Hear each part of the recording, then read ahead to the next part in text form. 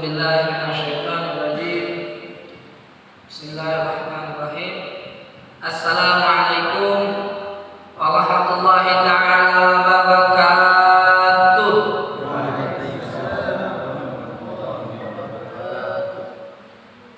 Alhamdulillah, alhamdulillahirabbil alamin. Assalatu wassalamu ala asyrofil anbiya'i wal mursalin sayyidina wa maulana Muhammadin wa ala alihi wa sahbihi ajma'in, amma ba'du. Yang saya hormati ketua masjid, dan yang saya hormati juga ketua PHBI, dan yang saya hormati juga Ustadz kita bersama beserta abang juga, yaitu Ustadz Muhammad Haki Ambani,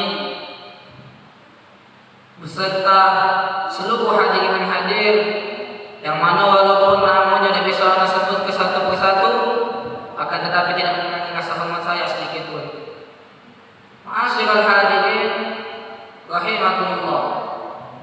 Pertama-tama dan yang paling utama, marilah kita panjatkan puja dan puji syukur kita kepada Allah, karena berkat nikmat, rahmat dan karunia-Nya lah kita bisa berkumpul di tempat yang insya Allah dirahmati oleh Allah Subhanahu wa taala.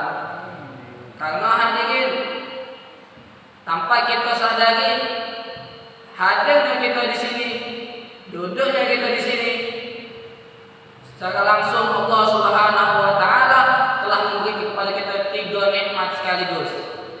Yang pertama, Allah Subhanahu wa taala memberi kepada kita nikmat keimanan, sehingga berkat nikmat keimanan tersebut kita yakin akan janji-janji Allah, kita hadir ke majlis. Yang kedua, Allah Subhanahu wa taala menunjuk kita nikmat kesehatan, yang mana untuk menunjukkan rasa syukur kita atas kesehatan yang Allah unjuk kepada kita pergunakan kesehatan itu untuk datang ke tempat yang diridai oleh Allah Subhanahu wa taala. Begitu juga Allah Subhanahu wa taala telah memberi kita nikmat waktu yang senggang.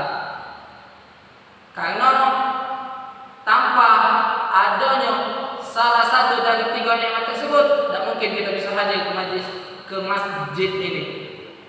Karena betapa banyak orang yang Allah unjuk keimanan, dan Allah unjuk juga dia kesehatan, akan tapi dia tidak Allah unjuk kesempatan waktu. Karena waktunya sibuk, harus begawe, ngurus anak dan lain-lain, sehingga dia tidak bisa hadir ke masjid ini.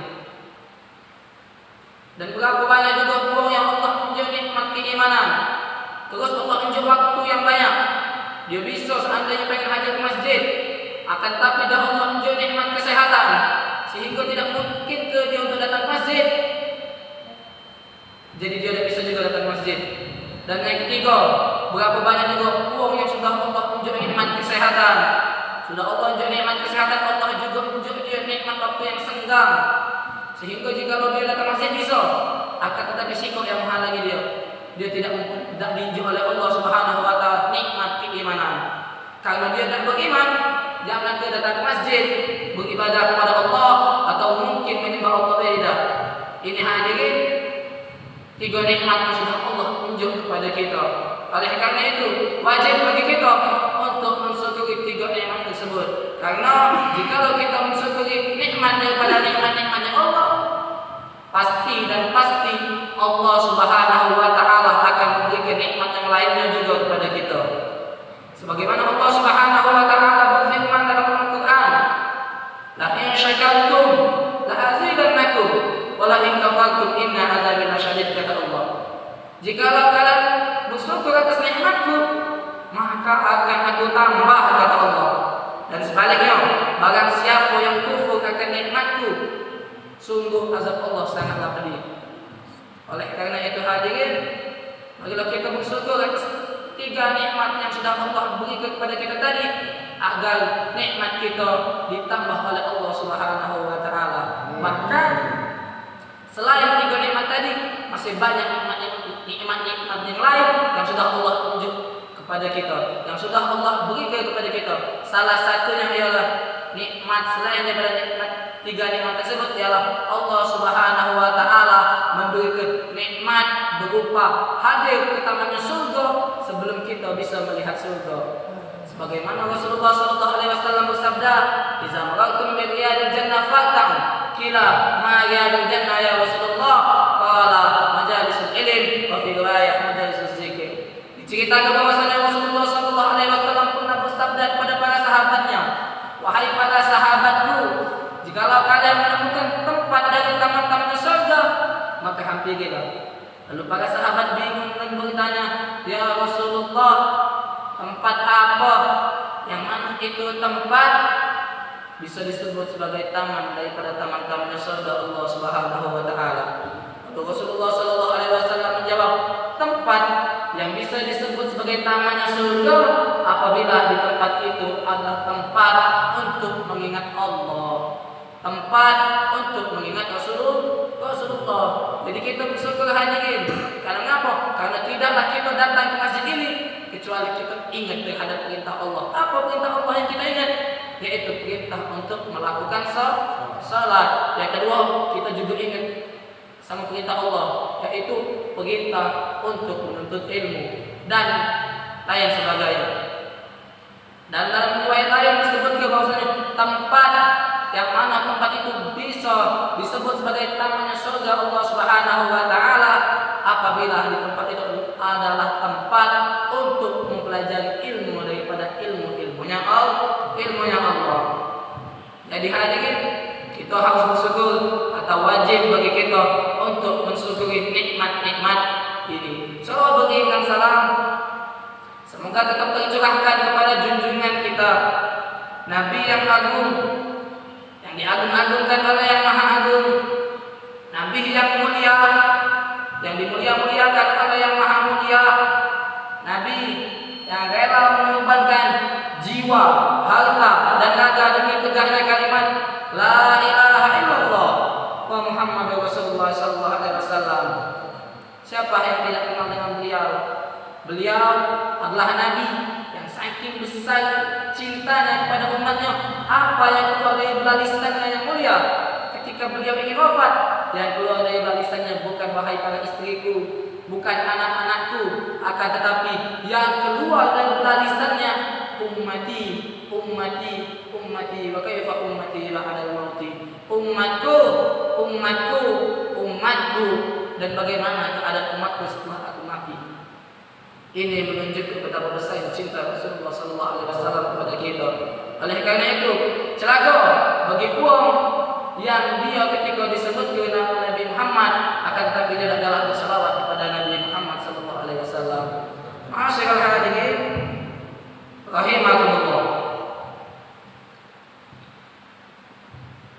Ada cerita yang mana tatkala Rasulullah sallallahu alaihi wasallam ingin menaiki mimbar, Rasulullah sallallahu alaihi wasallam mengucapkan amin, amin, amin sebanyak 3 kali. Lalu para sahabat bingung dan bertanya, "Ya Rasulullah, kenapa ketika kau naik mimbar tadi kau mengucapkan amin sebanyak 3 kali?" Lalu Rasulullah sallallahu alaihi wasallam menjelaskan bahwasanya tatkala aku ingin menaiki mimbar, malaikat Jibril datang kepadaku seraya berkata, "Wahai Muhammad, aku ini pengen berdoa." Maka aminlah. Coba kita perhatikan dari awal cerita ini. Yang berdoa ialah malaikat Jibril, salah satu dari malaikat-malaikatnya Allah, yang mana telah kita ketahui bersama. Bahkan wajib bagi kita untuk percaya bahwasanya malaikat ialah makhluk Allah yang diciptakan dari cahaya dan dia tidak memiliki nafsu, yang mana dia pasti terus-menerus bakal beribadah kepada Allah tanpa ada keinginan untuk bermaksiat kepada Allah. Dan yang kedua, bisa kita perhatikan dari awal cerita ini bahwasanya yang ngamin ke ini ialah Nabi Muhammad, kekasihnya Allah, wong yang saking dekatnya sama Allah sampai-sampai namanya disendiri dengan namanya Allah. Apa kalimatnya? La ilaha illallah wa Muhammadur Rasulullah. Ini menunjukkan keagungan Nabi Muhammad. Apa yang isi doa dari malaikat Jibril? Yang pertama, isi doa malaikat Jibril ialah celaka bagi uang yang mendapati bulan Ramadan akan tetapi dia tidak mendapati ampunan dari Allah Subhanahu wa taala. Karena mengapa hadirin? Dikarenakan bulan Ramadan adalah bulan yang mulia, bulan yang paling mulia, bulan yang mana saking mulianya ini bulan. Pada bulan ini Allah Subhanahu wa taala melipat ganda ke amal kita, yang mana amal sunnah dilipat ganda ke seperti amal wajib, dan amal wajib dilipat ganda ke menjadi 70 kali lipat. Bahkan bukan hanya sampai di situ saja kemuliaan pada bulan ini. Pada bulan ini juga Allah Subhanahu wa taala menghitung napasnya orang yang berpuasa itu seperti tasbih dan tidurnya seperti ibadah. Ini menunjukkan apa? Menunjukkan kemuliaan bulan Ramadan.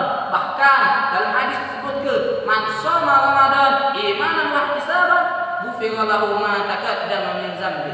Barang siapa yang dia berpuasa pada bulan Ramadan dengan keimanan bahwasanya Allah Subhanahu dengan keimanan dan dia meyakini bahwasanya bulan Ramadan dan dia meyakini bahwasanya puasa ialah perintah yang diwajibkan oleh Allah Subhanahu wa taala serta mengharap pahala dari Allah Subhanahu wa taala, maka pasti dan pasti Allah Subhanahu wa taala bakal mengampuni dosa-dosa dia yang telah lalu.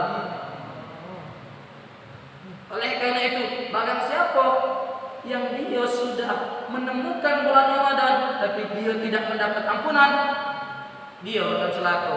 Kan bisa jadi dia tidak beriman, atau mungkin dia memang puasa Ramadan akan tapi dia tidak mengharap pahala daripada bulan suci Ramadan.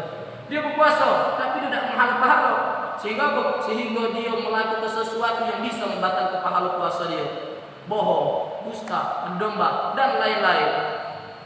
Sehingga Nabi Muhammad SAW bersabda, "Kam min sha'imin laisa lahu min siyamihi illa al-ju' wal 'athas." Betapa banyak orang yang dia berpuasa akan tapi tidak mendapatkan apa-apa dari puasanya. Dia tidak dapat pelajaran bahwasanya puasa itu biar kita tahu penderitaan susah, dan dia juga tidak mendapat pahala, sehingga dia tidak dapat apa-apa dari puasanya kecuali lapar dan haus. Celaka tak? Celaka. Karena apa? Karena pada bulan Ramadan Allah Subhanahu wa taala telah membuka pintu ampunan sebesar-besarnya. Akan ketika pintu itu sudah dibuka, kita dah masuk, nanti kita rugi. Tak tahu pintu dah dibuka, kenapa tidak kita masuk ini? Dan yang kedua, isi daripada doa malaikat Jibril ialah celaka bagi uang yang mendapati kedua orang tuanya atau salah satu dari kedua orang tuanya, akan tetapi dengan adanya orang tua dia tidak bisa masuk surga. Karena hadirin, uang tua adalah jalan daripada jalan-jalan kita untuk surganya Allah Subhanahu wa taala. Bahkan diceritakan ada si uang sahabat yang namanya Jahimah. Dia bertanya kepada Rasulullah, "Ya Rasulullah, aku ni pengen jihad. Mana pendapat kau?" Lalu Rasulullah SAW bertanya, "Apakah kau masih penyibuk?" Lalu sahabat itu menjawab, "Ya, aku masih penyibuk." Akhirnya Rasulullah SAW melanjut ke sabdanya, "Temanilah ibumu, karena surga terletak di bawah telapak kaki ibumu."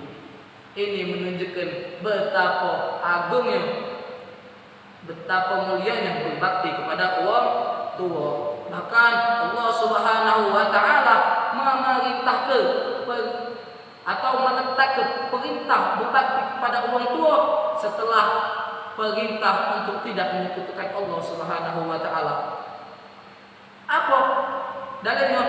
Dalilnya ialah sebagaimana firman-Nya Allah Subhanahu wa taala, "Wa qala rabbuka alla ta'budu illa iyyah."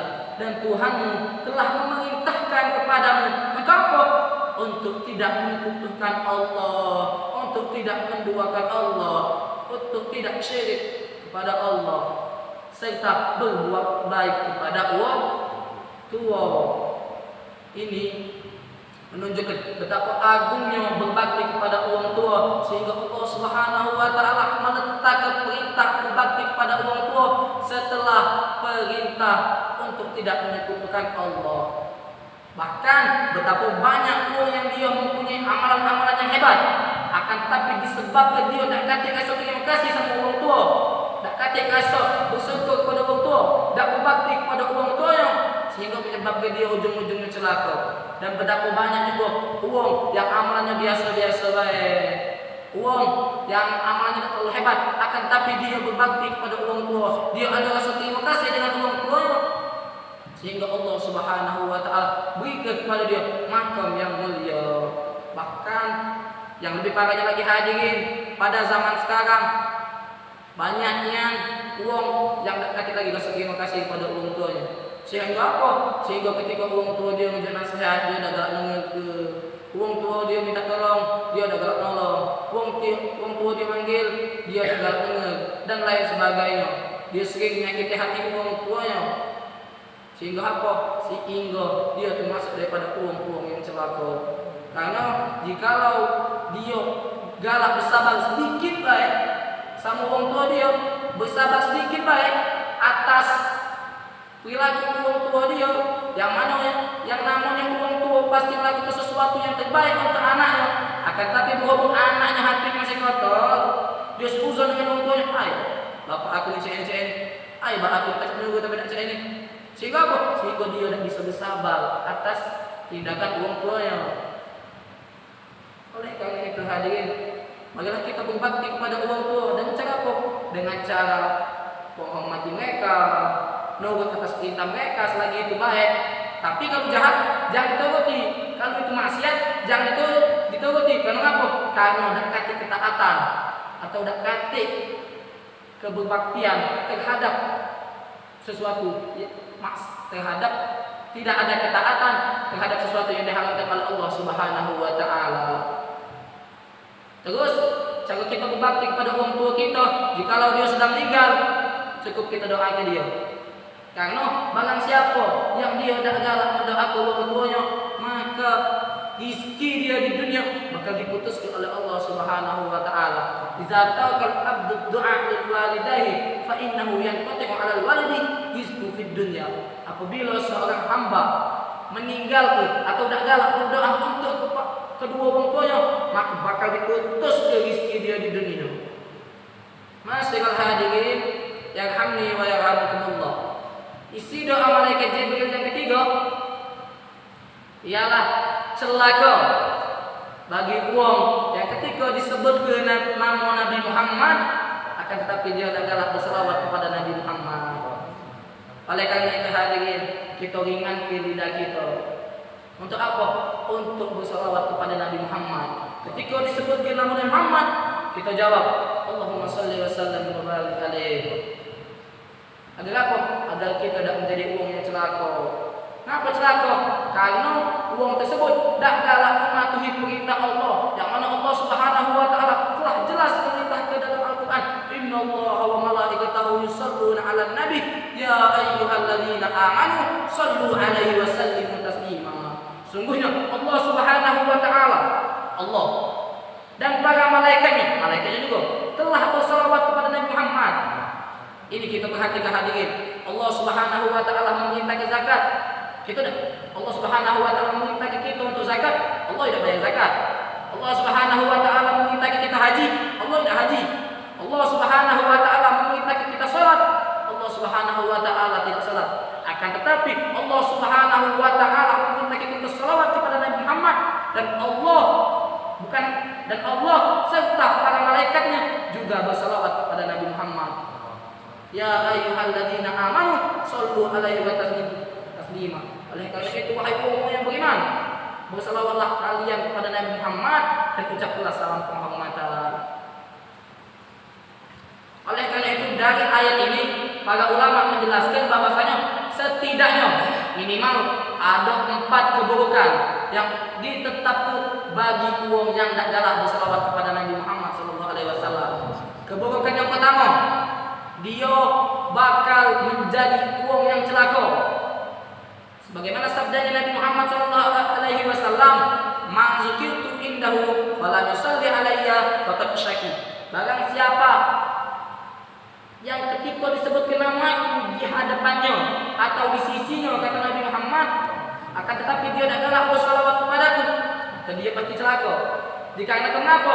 Dikarenakan yang pertama, dia tidak memanfaatkan kesempatan untuk melakukan, tidak mengambil kesempatan yang Allah letakkan kepada perbuatan, yang mana perbuatan itu mengandung amal perbuatan yang berlipat ganda. Contoh, kalau kita salawat sekali, Allah Subhanahu wa taala bakal bersalawat 10 kali. Ini merupakan lipatan ganda daripada amalan kita yang paling banyak, yang sangat banyak. Bahkan ada juga yang berpendapat bahwasanya salawat adalah satu-satunya amalan yang bakal tetap diterima oleh Allah Subhanahu wa taala walaupun hati kita tidak hadir. Walaupun hati kita tidak khusyuk, salawat bakal tetap diterima. Bahkan ketika kita lagi ngamun sambil salawat, Allahumma shalli ala sayyidina Muhammad wa ala ali sayyidina Muhammad, salawat kita bakal tetap diterima oleh Allah Subhanahu wa taala. Bahkan walaupun kita sombong, contoh, semalam salawat 10.000 kali, walaupun kita cerita itu, salawat kita bakal tetap diterima oleh Allah Subhanahu wa taala. Yang kedua, kejelekan yang bakal ditimpakan atau yang bakal menimpa untuk orang yang tidak berselawat ialah dia bakal digolongkan menjadi uang yang bakhil, uang yang pelit, sebagaimana sabdanya Nabi Muhammad SAW, al-bakhil alladzina zukirtu indahu falam yusalli alaihi. Uang yang bakhil adalah uang yang ketika disebutkan namaku akan tapi tidak ada selawat kepadaku.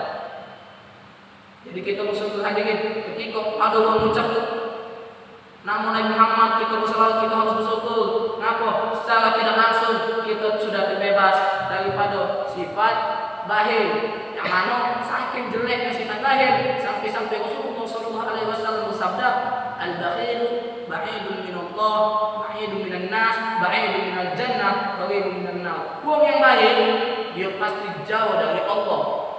Wong yang bakhil dia juga bakal jauh dari manusia.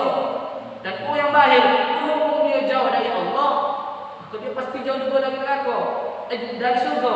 Dan kalau dia jauh dari surga, jauh dari Allah, pasti cuma sikut tempat baliknya. Mana? Itu neraka. Dan yang ketiga, kejelekan yang bakal menimpa uang yang tidak kalah salawat kepada Nabi Muhammad ialah dia bakal salah memilih jalan untuk ke surga. Yang mana ketika kita pengen ke surga, mau tidak mau harus lewat perantara Nabi Muhammad. Tidak baca kita cukup dengan beriman, beriman pada Allah. Tapi kalau kita tidak beriman pada Rasulullah, kita tidak berbaca masuk ke surga. Kenapa? Karena Allah Subhanahu wa taala sudah menjelaskan bahwasanya kalau kita pengen dicintai oleh Allah, pengen masuk ke surga yang Allah, maka mau tidak mau harus mengikuti Rasulullah sallallahu alaihi wasallam. Sebagaimana Allah Subhanahu wa taala berfirman, "Qul wahai Muhammad, in kuntum tuhibbunallah fattabi'uni yuhibbukumullah wa yaghfir lakum dzunubakum." Katakanlah wahai Muhammad, in kuntum tuhibbunallah, jikalau kalian ingin dicintai oleh Allah Subhanahu wa taala, fattabi'uni, maka ikutilah aku. Karena setelah kita mengikuti Nabi Muhammad, pasti yuhibbukumullah, kita bakal dicintai oleh Allah, wa yaghfir lakum, setelah kita dicintai oleh Allah, kita bakal diampuni oleh Allah Subhanahu wa ta'ala. Ini hadirin menunjukkan bahwasanya ketika disebutkan nama Nabi Muhammad wajib kita untuk selawat karena ada 4 kejelekan. Tadi baru 3 yang disebutkan. Yang keempat, kejelekan yang bakal menimpa uang yang tidak galak selawat kepada Nabi Muhammad, hatinya termasuk daripada hati-hatinya wong yang keras. Yang mana kalau hati wong itu tidak keras, cuma kita menjelaskan nasihat sama dia, kita tunjuk nasihat dia tidak akan terima, kita omong bicak dia tidak akan terima, kita tunjuk contoh, kita tunjuk peribadatan dia tidak akan terima. Kan? Karena apa? Karena hati dia tidak keras, ego dia besar, sombong dia besar. Apa dalilnya? Dalilnya sebagaimana sabdanya Rasulullah SAW, man azkara inda rajuli, Allahumma shalli ala